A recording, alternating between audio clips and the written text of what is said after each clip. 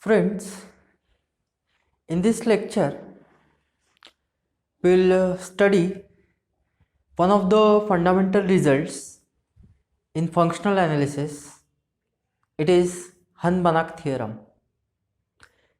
Before we see what is Hahn-Banach theorem and have a look at its proof, we'll prove some necessary results which are required.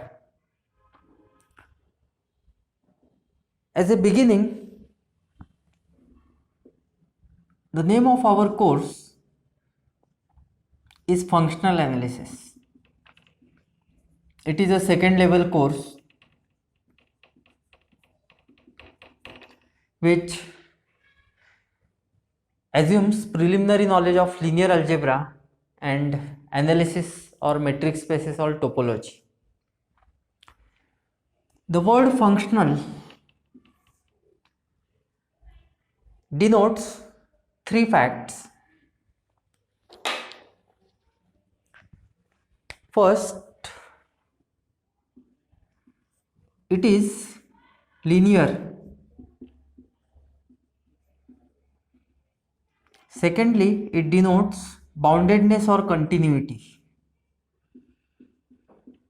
Note that boundedness and continuity happen to be the same thing for linear transformations, boundedness or continuity.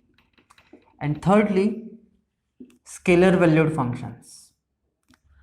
So the word functional denotes special types of functions which are linear, bounded and scalar valued. Let me specify the meaning of functional clearly in our course. So I'll define a functional at this point of our course.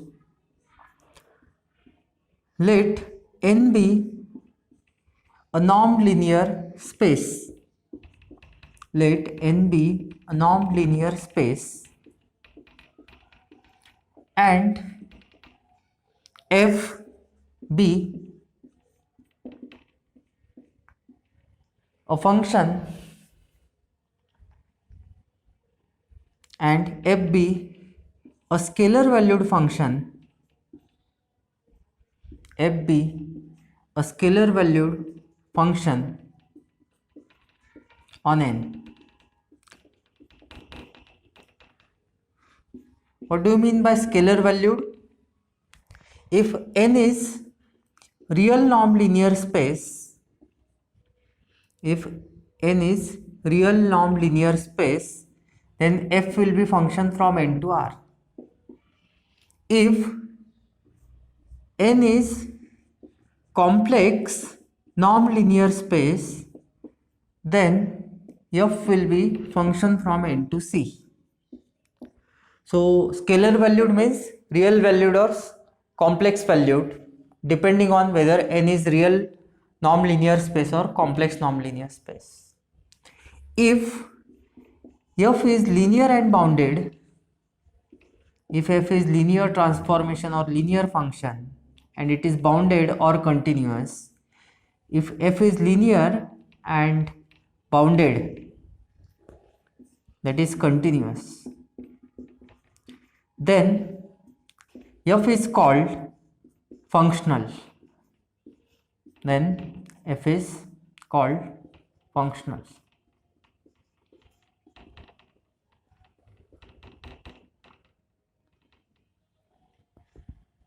As I mentioned, we are going to study Hahn-Banach theorem, and before we prove Hahn-Banach theorem, we will need a lemma.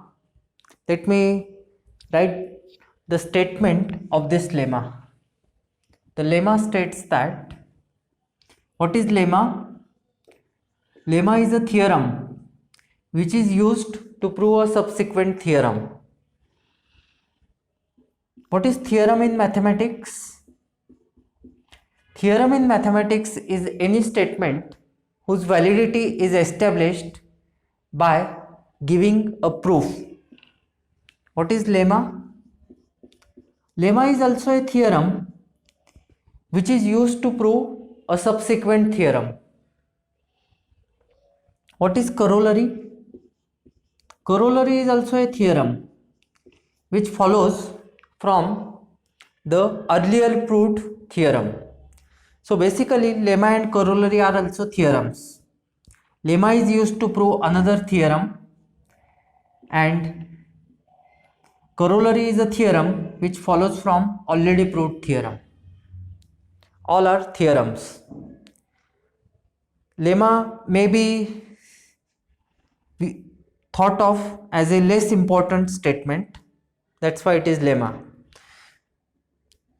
Theorem is something more important, and corollary is a consequence of already proved theorem.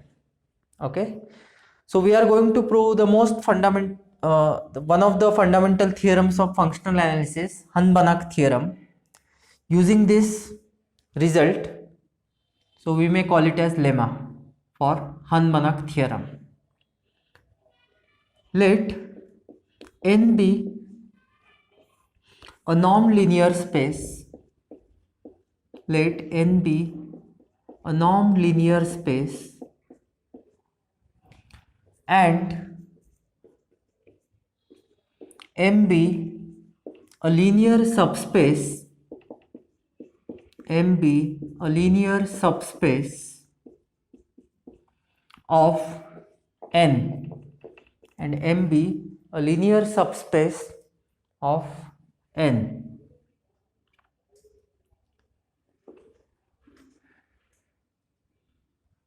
Let x0 be a vector in n but not in M. If f is functional,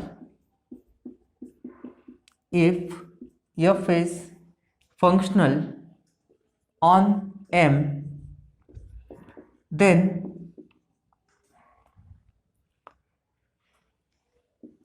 f can be extended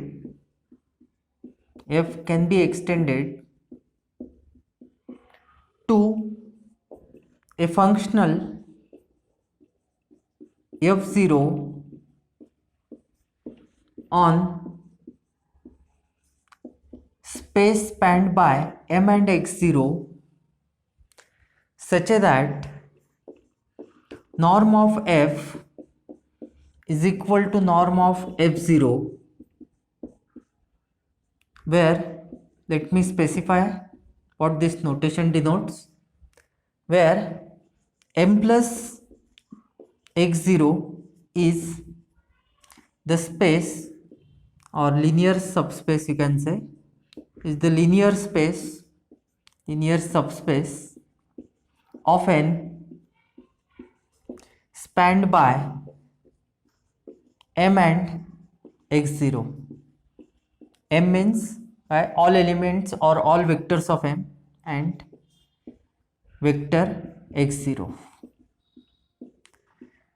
So basically this lemma is about extension. This statement states that any functional f on M can be extended to the space M plus x0. Let us say this is space M0. So f can be extended from M to M0, where M0 is space spanned by M and x0. x0 is not vector in M, in a way that norm is preserved. And Hahn-Banach theorem is in fact an extension of this lemma. It says that f0 can be extended to whole of space n such that norm of f is equal to norm of f0. The proof of this lemma is not difficult, but it is lengthy.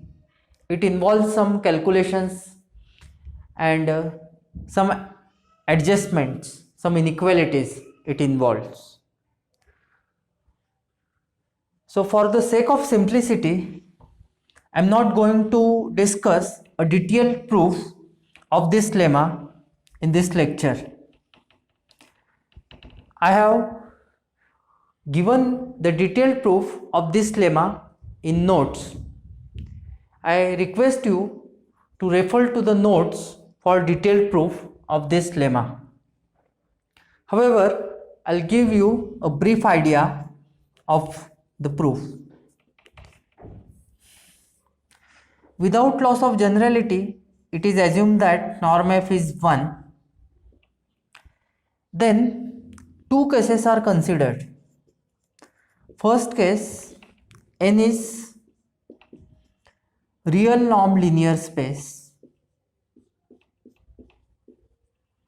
and second case, n is complex norm linear space.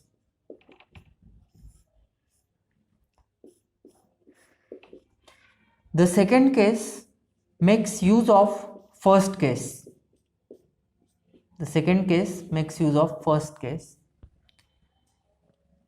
We can write any complex valued function in the form g plus ih, where g and h are real valued functions. Further, in second case, linearity of f is used to obtain relation between g and h. So f is totally expressed in terms of g. F is totally expressed in terms of g. And then the first case is applied to have the required conclusion. Some adjustments, some calculations are done in first case. Also, the definition of supremum and infimum is indirectly used in first case, where n is real norm linear space, to obtain extension f0 of f preserving the norm. So the proof itself is simplified by assuming that norm of f is equal to 1. It greatly simplifies the calculations.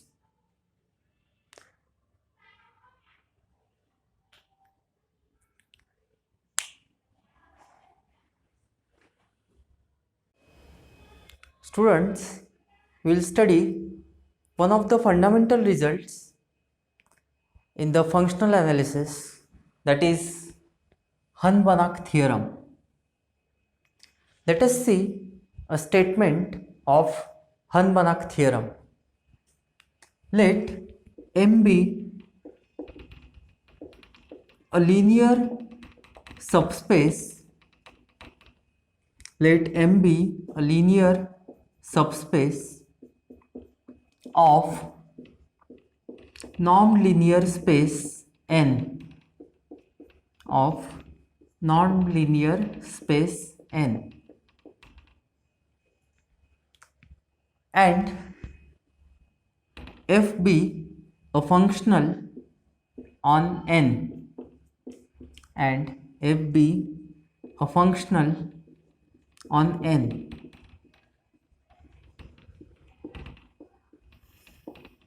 What do you mean by functional on, it is a functional on M.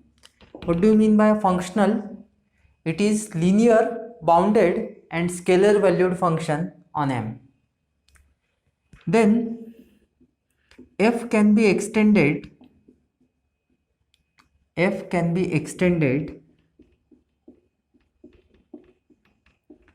to a functional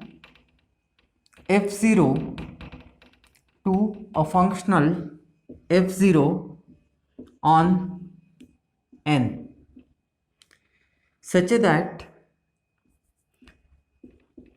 norm of f0 equals to norm of f.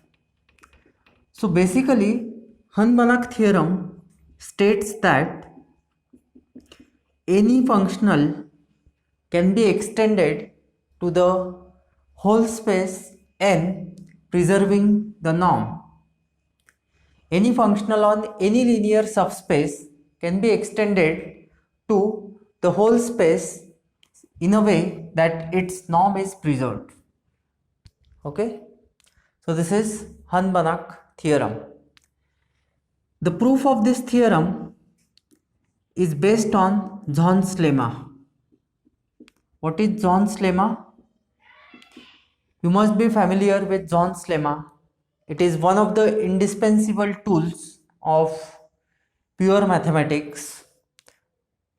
From linear algebra, you might be remembering that Zorn's lemma is used in proving the fundamental result that every vector space has basis. Every vector space has a basis. What is Zorn's lemma? If in a partially ordered set every chain has upper bound, then that partially ordered set has maximal element. So Zorn's lemma is about existence of maximal element.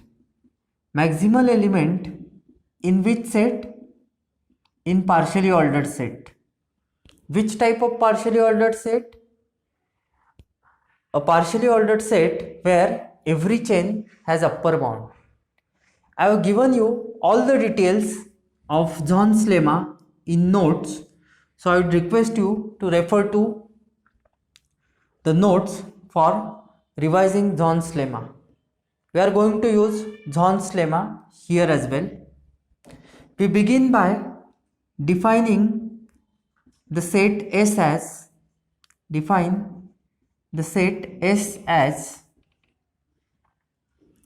S is equal to set of all those functionals G such that G is functional on linear subspace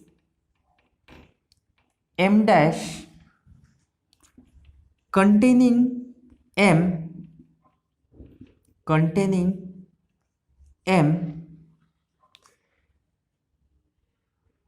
such that it is extension of f, that is gx is equal to fx for all x belongs to M, and further it preserves norm of f. This extension g of f preserves norm of f. Carefully have a look at the set S. What is set S? It is a functional on linear subspace M dash containing M such that gx is equal to fx for all x belongs to M and norm of g equals to norm of f. Note that M dash contains M, that is M is subset of M dash. F is defined on M and G is defined on M dash. G is extension of F. On the set S, we define a relation less equal to as on set S define the relation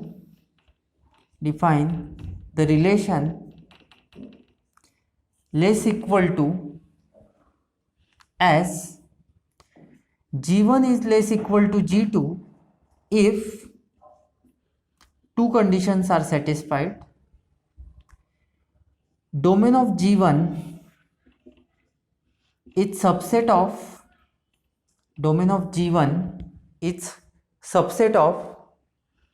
domain of G2 domain of G2, and secondly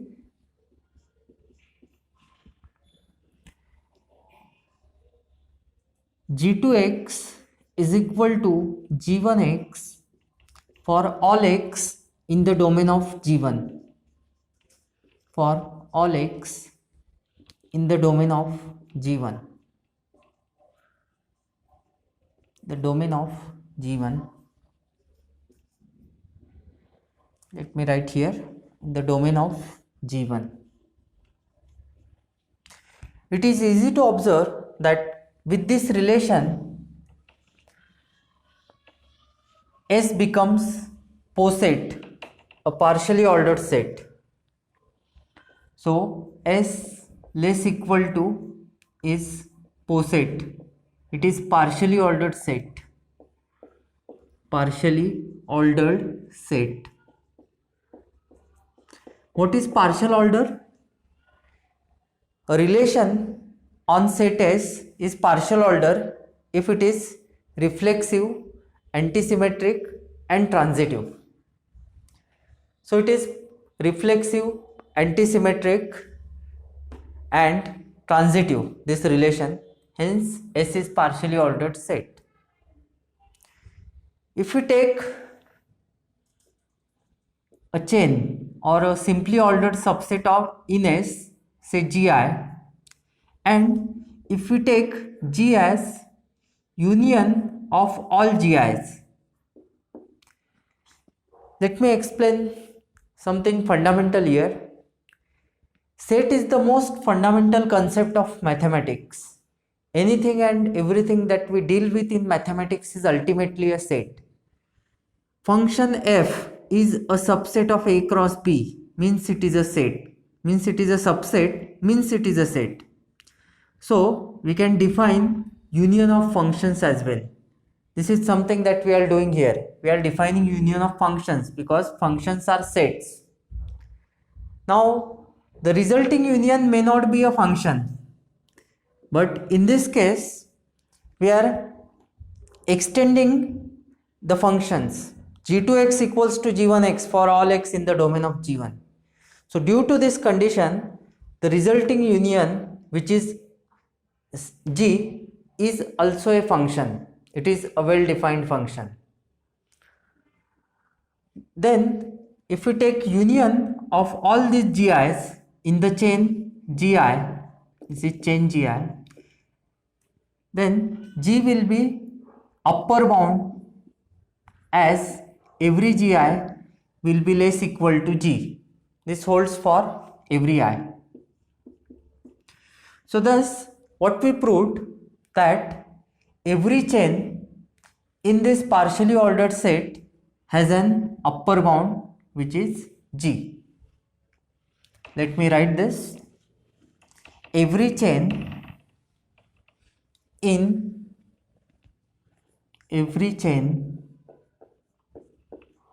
in S less equal to this partially ordered set has upper bound,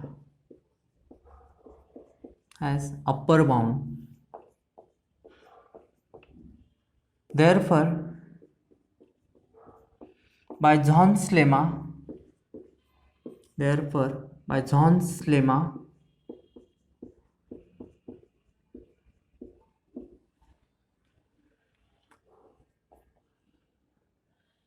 S has maximal element, say F0. This is key step of the proof. We are applying Zorn's lemma to conclude that S has maximal element,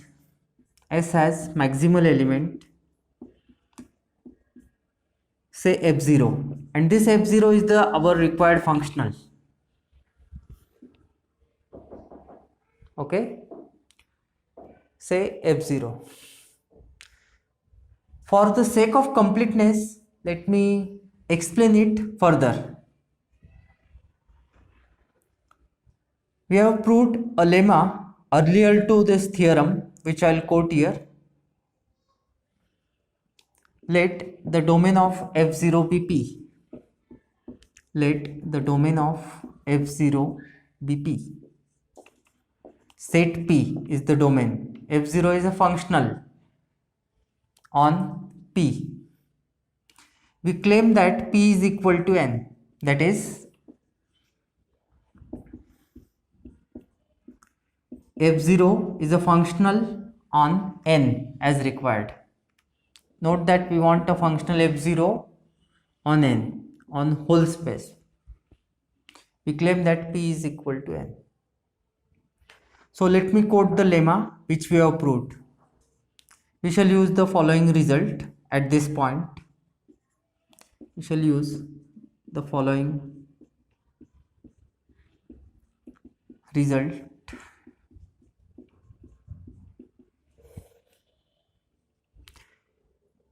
If M is a linear subspace of N and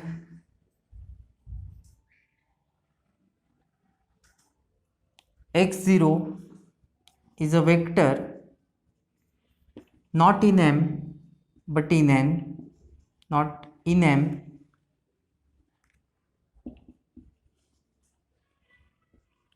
then any functional G on M can be extended, then any functional G on M can be extended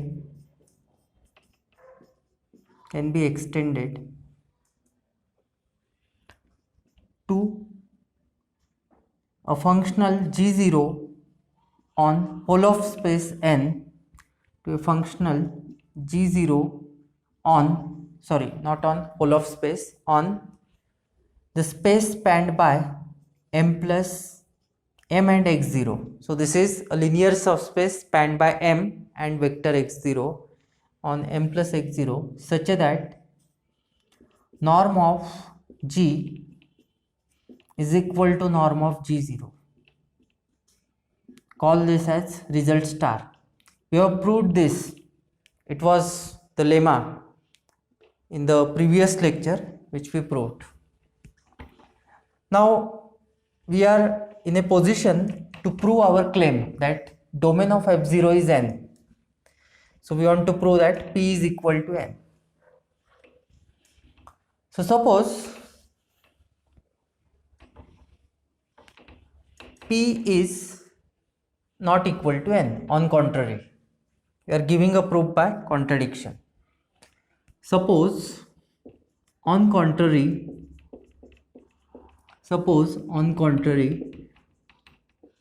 that P is not equal to N, then there is x0 in N but x0 does not belong to P.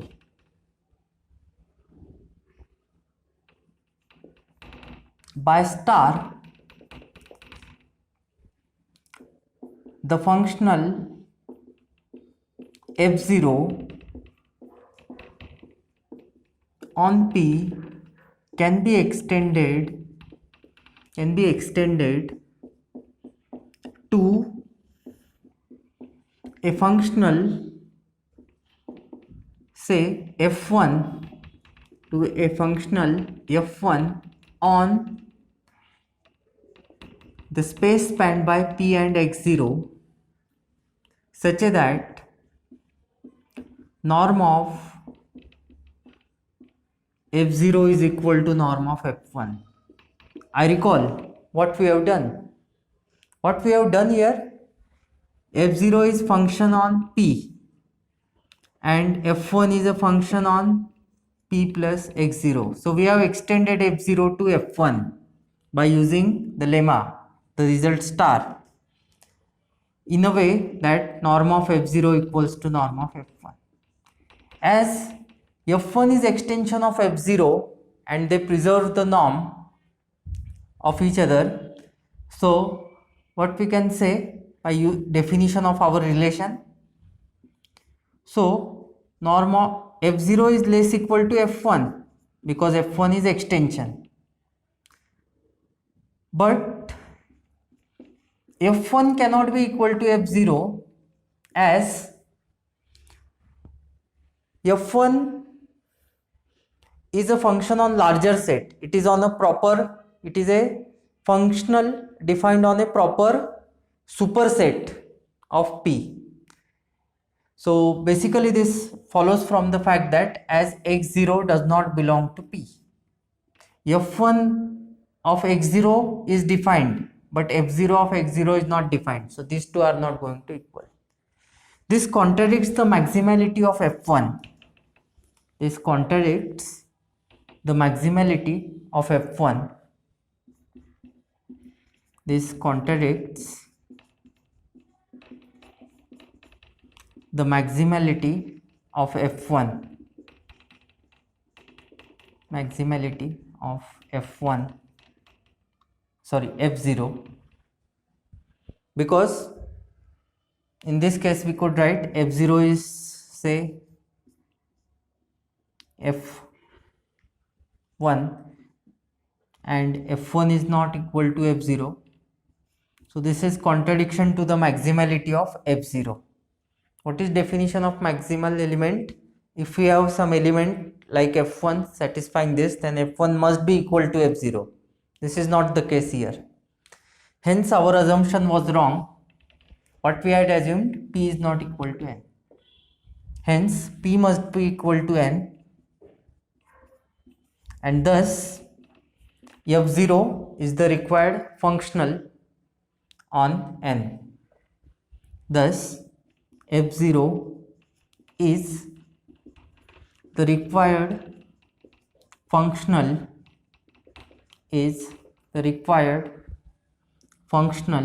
on m. Required functional on n. This completes the proof of Hahn-Banach theorem.